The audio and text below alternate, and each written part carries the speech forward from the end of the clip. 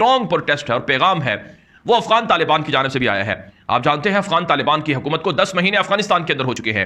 افغان طالبان کی جانب سے مسلمانوں کے معاملات کے اندر پہلی مرتبہ اعلانیہ کھلم کھلا واضح طور پر جو موقف ہے وہ سامنے آیا ہے۔ اس سے پہلے تو طالبان کو ساری دنیا دہشت گرد قرار دیتی تھی، لیکن اب جب کہ طالبان کی حکومت ہے افغانستان کے اندر تو طالبان اعلانیہ طور پر رسول اکرم صلی اللہ علیہ وسلم کی شان میں جو گستاخی کی جرت بھارت کے اندر ہوئی ہے اس پر انہوں نے شدید رد عمل دیا ہے۔ افغان طالبان کی امارت اسلامی کی جانب سے بیان جاری ہوا ہے، ذبیح اللہ مجاہد جو ترجمان ہیں انہوں نے بھی بیان جاری کیا ہے۔ ان کے اندر یہ کہا گیا ہے کہ جو کچھ بھارت کے اندر ہوا یہ بھارت کے اندر مسلمانوں کے جذبات بھی مشتعل کرنے کے مترادف ہے، اور یہ پوری دنیا کے اندر مسلمانوں کے جذبات مشتعل کرنے کے مترادف ہے، اس کی اجازت نہیں دی جا سکتی ہے۔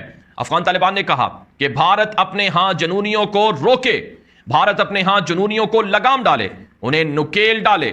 اگر بھارت اپنے ہاں جنونیوں کو نہیں روکے گا تو پھر دنیا بھر کے اندر بسنے والے اس عشاق رسول اپنے محبوب آقا صلی اللہ علیہ وسلم کی ناموس کی حرمت کی خاطر وہ کچھ کر سکتے ہیں جس کی توقع بھارت کو بھی نہیں ہوگی۔ طالبان کی جانب سے واضح طور پر دھمکی دی گئی ہے کہ بھارت اپنے ہاں جنونیوں کو لگام ڈالے، ہمارے جذبات کو مشتعل نہ کیا جائے۔ ہم نے دنیا کے 50 ملکوں کو شکست سے دوچار کیا، بھارت ہمارے سامنے کیا ہے؟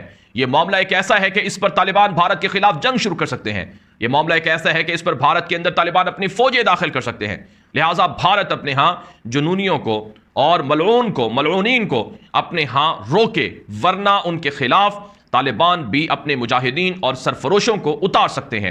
یہ طالبان کی جانب سے سٹرونگ میسج آیا ہے، اور ہم دیکھ رہے ہیں کہ افغانستان کے اندر افغان طالبان کے جو کمانڈرز ہیں، جو جنگجو ہیں، وہ سوشل میڈیا پر شدید الفاظ میں غم و غصے کا اظہار کر رہے ہیں۔